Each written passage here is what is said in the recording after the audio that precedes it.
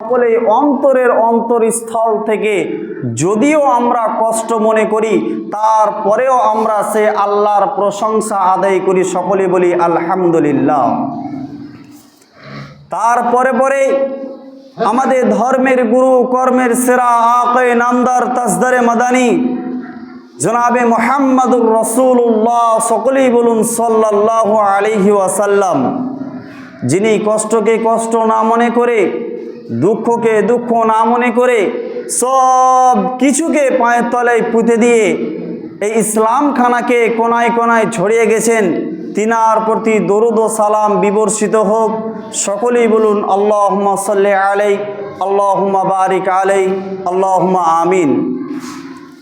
আপনারা এখানে খাস করে যিনারা আরবি শিক্ষিত মানুষ আছেন, ওনারা হয়তো আজকের আমার বক্তব্যর বিষয় বুঝে ফেলেছেন, জেনে ফেলেছেন যে আজকে আমি কি বিষয় নিয়ে এখানে আপনাদের সম্মুখে উপস্থিত হয়েছি বা কি বলবো মনে ভেবে আপনাদের সম্মুখে উপস্থিত হয়েছি।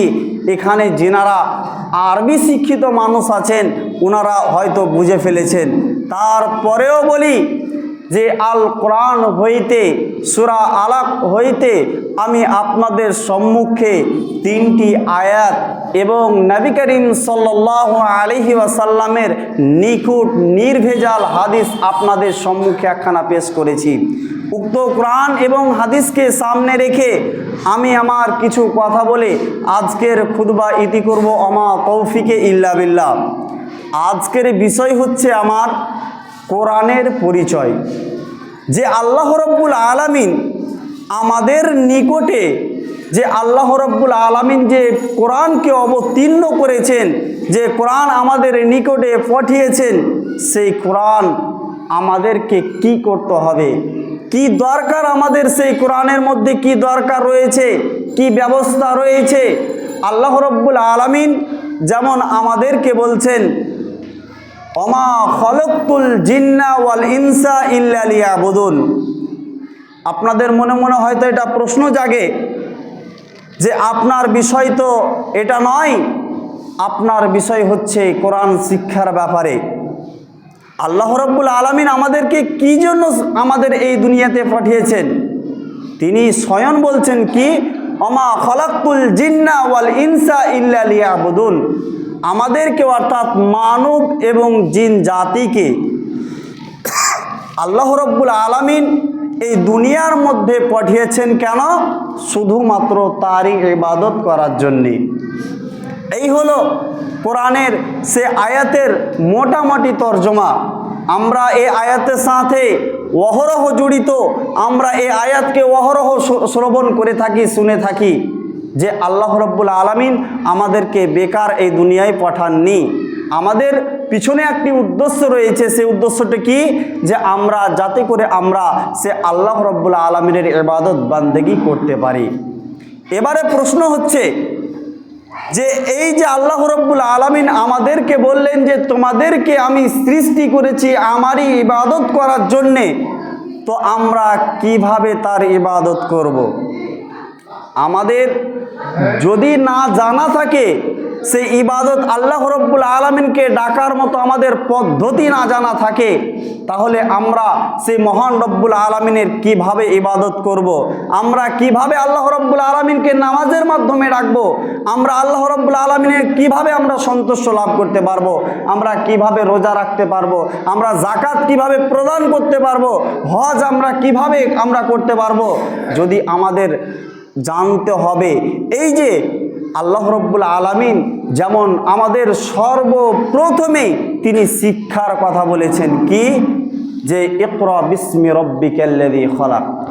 আল্লাহ রাব্বুল আলামিন যেমন কিয়ামতের ময়দানে সর্বপ্রথমে নামাজ সম্পর্কে জিজ্ঞাসা করবেন, আমাদের সর্বপ্রথমে নামাজের কথা বলতে পারতেন, হজের কথা বলতে পারতেন, জাকাতের কথা বলতে পারতেন, রোজার কথা বলতে পারতেন, কিন্তু না, আমাদেরকে আগে সর্বপ্রথমে শিক্ষা আমাদেরকে নিতে হবে, আমাদেরকে শিক্ষা করতে হবে, আমাদেরকে শিক্ষা আমাদেরকে নিজের মধ্যে রাখতে হবে। তাহলেই আমরা সেই কিভাবে 5 ওয়াক্ত সালাতের মাধ্যমে আমরা জোহরে কিভাবে আমরা নামাজ কায়েম করব, আসরে আমরা কিভাবে নামাজ কায়েম করব, মাগরিবের আমরা কিভাবে নামাজ কায়েম করব, তাহলে আমরা সেই হাদিস এবং কোরআন থেকে আমরা স্পষ্টভাবে আমরা সেখান থেকে আমাদেরকে এই জায়গাগুলো থেকে আমাদেরকে জানতে হবে। তাহলে আমাদের সর্বপ্রথমে যেটা কর্তব্য, যেটা করণীয়, সেটা হচ্ছে আমাদেরকে শিক্ষা নিতে হবে। সেটা আমাদেরকে সেই কোরআন থেকে আমাদেরকে শিক্ষা নিতে হবে। এই কোরআনের মধ্যে কি এমন মধু লুকিয়ে আছে, একটি ওয়াকিয়া যদি আপনাদের সম্মুখে পেশ করি, একটি ঘটনা যদি আপনাদের সম্মুখে আমি পেশ করি, ইনশাআল্লাহ আপনারা সেই ওয়াকিয়াটা থেকে, সেই ঘটনা থেকে আপনারা বুঝতে পারবেন যে এই কোরআনের মধ্যে কি এমন মধু লুকিয়ে আছে। উনি এক যুদ্ধের ময়দান থেকে আল্লাহর নবী জনাবে মুহাম্মদুর রাসূলুল্লাহ সাল্লাল্লাহু আলাইহি ওয়াসাল্লাম উনি বাড়ি ফিরে আসছিলেন। আসার পথে এমন এক জায়গায় সন্ধ্যা হয়ে গেল। আল্লাহর নবী জনাবে মুহাম্মদুর রাসূলুল্লাহ সাল্লাল্লাহু আলাইহি ওয়াসাল্লাম সমস্ত সাহাবাবর্গদেরকে বলে দিলেন যে আজকে রাত্রিটা আমরা এখানেই অতিবাহিত করব। আজকে রাত্রিটা আমরা এখানেই অতিবাহিত করব। কেন? যে সন্ধ্যা লেগে গেছে, অতএব আমরা এখানে রাত্রিটা অতিবাহিত করার পরে সকাল হয়ে যাওয়ার পরে আমরা এখান থেকে আবার বিদায় নিয়ে নেব। এমতো অবস্থায় সমস্ত সাহাবীদেরকে এক একটা ডিউটি দায়িত্ব দিয়ে দিলেন যে তোমরা অমুকজন অমুক কাজে করো, অমুকজন অমুক কাজ করো, এভাবে তাদেরকে বিভিন্ন রকমের বিভিন্ন দায়িত্ব দিয়ে দিলেন। দেওয়ানোর পরে যখন রাত্রি হয়ে গেল, রাত্রি হয়ে যাওয়ানোর পরে তখন 2 জন ব্যক্তিকে নির্ধারিত করলেন। 2 জন ব্যক্তিকে বাছলেন। বেছে নেওয়ার পরে ওই 2 জন ব্যক্তিকে বলছেন আল্লাহর নবী যে আজকে রাত্রিটা তোমরা 2 জন জাগ্রত অবস্থায় অতিবাহিত করবে। তোমাদেরকে আমি নাইট গার্ড হিসাবে আমি তোমাদেরকে বাছলাম। অতএব 2 জনের মধ্যেই তারা এক অপরের বলাবলি করছেন যে ঠিক আছে, আমরা আজকে রাত্রিটা এখানে নাইট গার্ড হিসাবে আমরা অতিবাহিত করব। এমতো অবস্থায় তিনারা চারদিকে দেখলেন। দেখানোর পরে যে ওনারা এক অপরের সাথে বলাবলি করছেন যে আমাদের আশেপাশে কোনো শত্রু দেখতে পাচ্ছি না। অতএব 2 জনের মধ্যে একজন কেউ কিছুক্ষণ আরাম বিশ্রাম করে নিন, অর্থাৎ আপনার 2 জনের মধ্যে একজন কেউ ঘুমিয়ে যান এবং একজন জাগ্রত অবস্থায় থাকেন। এমতো অবস্থায় একজন কিন্তু ঘুমিয়ে পড়লেন। ঘুমানোর পরে যেই ব্যক্তিটি, যে সাহাবীটি যিনি জেগেছিলেন, উনি আবারও চারদিকে লক্ষ্য করলেন। দেখলেন যে চারদিকে কোনো শত্রু দেখতে পাচ্ছেন না। উনি মনে মনে ভাবতে লাগলেন যে আমি জাগ্রত অবস্থায় কিভাবে এ রাত্রিটা কাটাবো। অতএব আমি নামাজ পড়তে লাগি। তখন সেই সাহাবীটি নামাজ পড়তে লাগলেন। নামাজ পড়তে পড়তে এমন করে তিনাকে যে তীরের আঘাতে আহত করা হয়েছে, উনি রক্তে রক্তাক্ত হয়ে গেছেন। তারপরে যখন সেই লোকটি যিনি শুয়েছিলেন উনি যখন উঠে দেখলেন, দেখানোর পরে তাকে জিজ্ঞাসা করছেন, ভাই তুমি আমাকে জাগাওনি কেন, তুমি আমাকে বলোনি কেন, তুমি আমাকে উঠাওনি কেন? তাহলে আমরা সেই আল্লাহর নবী জনাবে মুহাম্মদুর রাসূলুল্লাহ সাল্লাল্লাহু আলাইহি ওয়াসাল্লাম এবং যতগুলো সাহাবায়ে কেরামগণ ছিলেন আমরা তাদেরকে আমরা জাগিয়ে দিতাম। অতএব তুমি আমাদেরকে উঠাওনি কেন? তখন সে লোকটা কি বলছেন জানেন? সে লোকটা বলছেন যে আমাকে যে তীর লেগেছে, যে আমার সিনাতে যে তীর এসেছে, আমি এটাতে কোনো টেরই পাইনি। কেন? আমি নামাজরত অবস্থায় ছিলাম এবং সেই নামাজের মধ্যে আমি সূরা কাহফ পড়ছিলাম, এই জন্য যে আমাকে তীর লেগেছে আমি এতে কোনো টের পাইনি। তাহলে আপনি একটুখানি চিন্তা ভাবনা করুন যে এই কোরআনের মধ্যে কি এমন মধু আছে যে ওনাকে তীরে আহত হতে হয়েছে, তারপরেও সে বুঝতে পারেনি যে আমাকে তীর লেগে গেছে। তাহলে আমাদের ঈমান এসে কোথায় দাঁড়িয়েছে? আমাদের ঈমান কোথায় এসে দাঁড়িয়েছে? আমাদেরকে যখন আমরা নামাজ পড়ি তখন যেন আমাদের নিকটে বা আমাদের গায়ে, আমাদের শরীরে যখন একটা কোনো মশা লাগে, আমরা সেই মশাকে মারার জন্য আমরা ব্যতিব্যস্ত হয়ে যাই। আমরা কেন সেই ব্যতিব্যস্ত হয়ে যাই? আমরা সেই কোরআনের অর্থ জানি নাই বলে আমরা তাই সেই মশার পিছনে আমরা ব্যতিব্যস্ত হয়ে যাই। অতএব আমাদের সকলেরই করণীয় হবে, সকলেরই কর্তব্য হবে, আমাদের সেই কোরআনকে আমাদেরকে জানতে হবে। আজ আমরা তার মানে জানি না বলে আজ আমরা এত লাঞ্ছিত অপমানিত হচ্ছি। আমরা সেই কোরআনকে আমরা বুঝি না বলেই আজ আমরা নামাজে আমাদের মনোযোগ সহকারে আমরা নামাজ পড়তে পারছি না, আমাদের মন লাগে না, আমরা চাই না যে আমরা নামাজ পড়ি। কেন? আমরা যদি তার মর্ম, তার অর্থ যদি জানতাম তাহলে আমাদের অবশ্যই অটোমেটিক আমাদের ঈমান বৃদ্ধি পেত। আমরা তার অর্থ বুঝি না বলে আমাদের ঈমান বৃদ্ধি পাই না। তাহলে আমাদের সকলেরই সেই কোরআনকে আমাদেরকে বুঝতে হবে। আল্লাহ নবী জনাবে মুহাম্মদ রাসূলুল্লাহ সাল্লাল্লাহু আলাইহি ওয়াসাল্লাম বলছেন, খায়রুকুম মান তাআল্লামাল কুরআন ওয়া আল্লামা, যে কোরআন শিখলো এবং অপরকে শিক্ষা দিল সেই হচ্ছে সবচাইতে উত্তম ব্যক্তি। সেই হচ্ছে সবচাইতে উত্তম ব্যক্তি যে কোরআন শিখলো এবং অপরকে শিক্ষা দিল। তাহলে আমাদেরকে নিজেকে জানতে হবে। এবার আপনি মনে মনে হয়তো প্রশ্ন করছেন যে মাওলানা সাহেব তো বলছেন যে আমাদেরকে কোরআন শিখতে হবে, তো আমার কোরআন শিখার বয়স শেষ হয়ে গেছে। জি, শিক্ষার কোনো শেষ নাই। আপনি চেষ্টা করলে আপনি পারবেন, আপনাকে পারতেই হবে। কেন? এই শিক্ষা আল্লাহ রাব্বুল আলামিন আমাদের ওপরে ফরজ করে দিয়েছেন। যেমন নামাজ আমাদের ওপর ফরজ করেছেন, যেমন রোজা আমাদের ওপর ফরজ করেছেন, এই মতো শিক্ষাও আমাদের ওপরে ফরজ করে দিয়েছেন। তাহলে আমাদের সকলেরই আমাদের কোরআন আমাদের ব্রেনে, আমাদের সিনাতে আমাদেরকে রাখতে হবে। আল্লাহ নবী জনাবে মুহাম্মদ রাসূলুল্লাহ সাল্লাল্লাহু আলাইহি ওয়াসাল্লাম বলছেন যে ওই লোকটা যার মধ্যে কোরআনের কোনো অংশ নাই তার পেটটা উজাড় ঘরের মতো। এবার আপনি বলছেন যে উজাড় ঘর কেমন? উজাড় ঘর কাকে বলা হয়? আপনাকে ছোট্ট করে একটি উদাহরণ দিই, যে আপনি একটি কোনো ঘর নির্মাণ করেছেন, বাড়ি গোডাউন নির্মাণ করেছেন, আপনি কিছু বৎসর ধরে সেই বাড়ি গোডাউন আপনি যাননি এবং কিছু বৎসর যাওয়ার পরে আপনি যখনই সেই গোডাউনটি আপনি খুলবেন, খোলার পরে যে অবস্থা, সেই ঘরের অবস্থা দেখবেন, সেই রকম আল্লাহর নবী বলছেন যে ওই লোকটার পেটটা ওই উজাড় ঘরের মতো।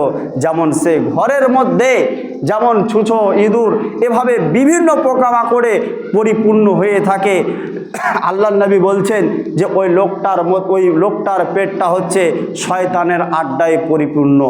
তাহলে আমাদেরকে কিছুটা অংশ হলেও আমাদেরকে সেই কোরআন আমাদের সিনাতে রাখতে হবে।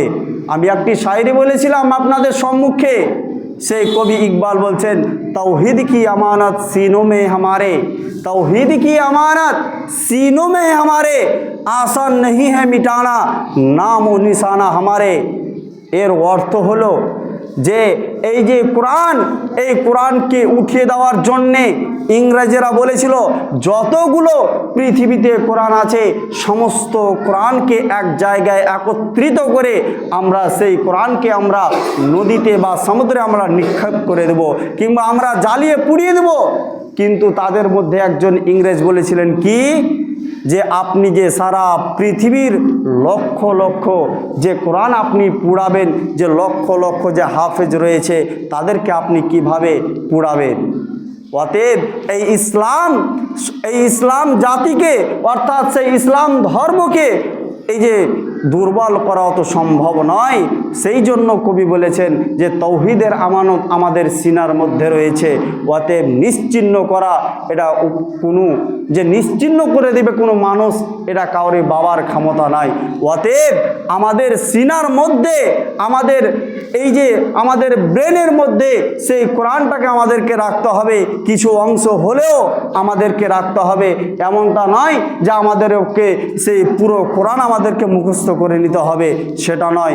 কিছুটা অংশ হলেও আমাদেরকে সকলেরই আমাদের মুখস্থ করা প্রয়োজন।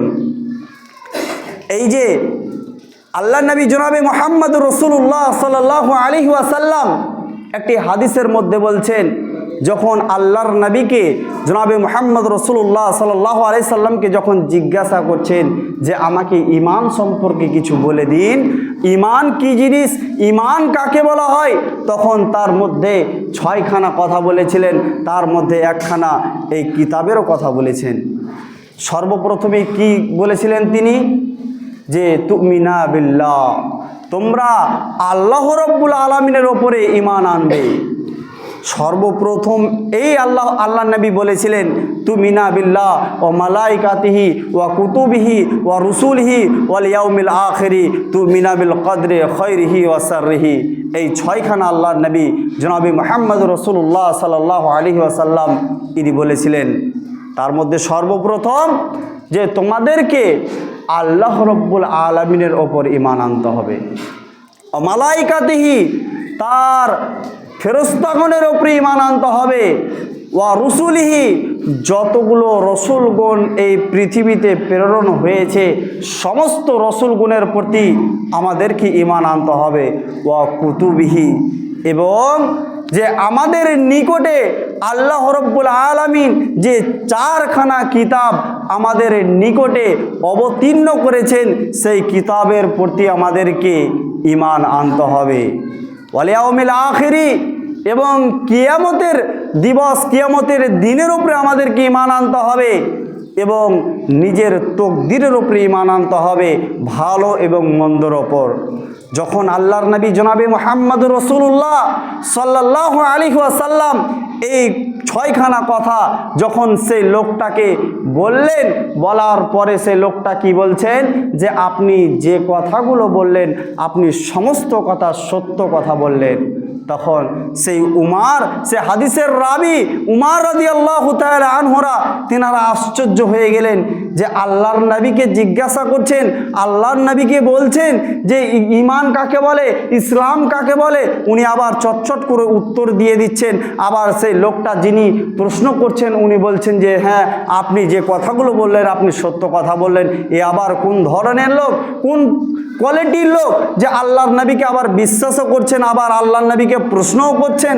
তখন সেই লোকটা, অর্থাৎ সে দিহাতি আলগা ওয়াচেনার লোকটা আবারও জিজ্ঞাসা করছেন যে আমাকে ইহসান সম্পর্কে কিছু বলুন, ইহসান কি জিনিস, ইহসান কাকে বলা হয়, আমাকে এই ইহসান সম্পর্কে কিছু বলে দিন।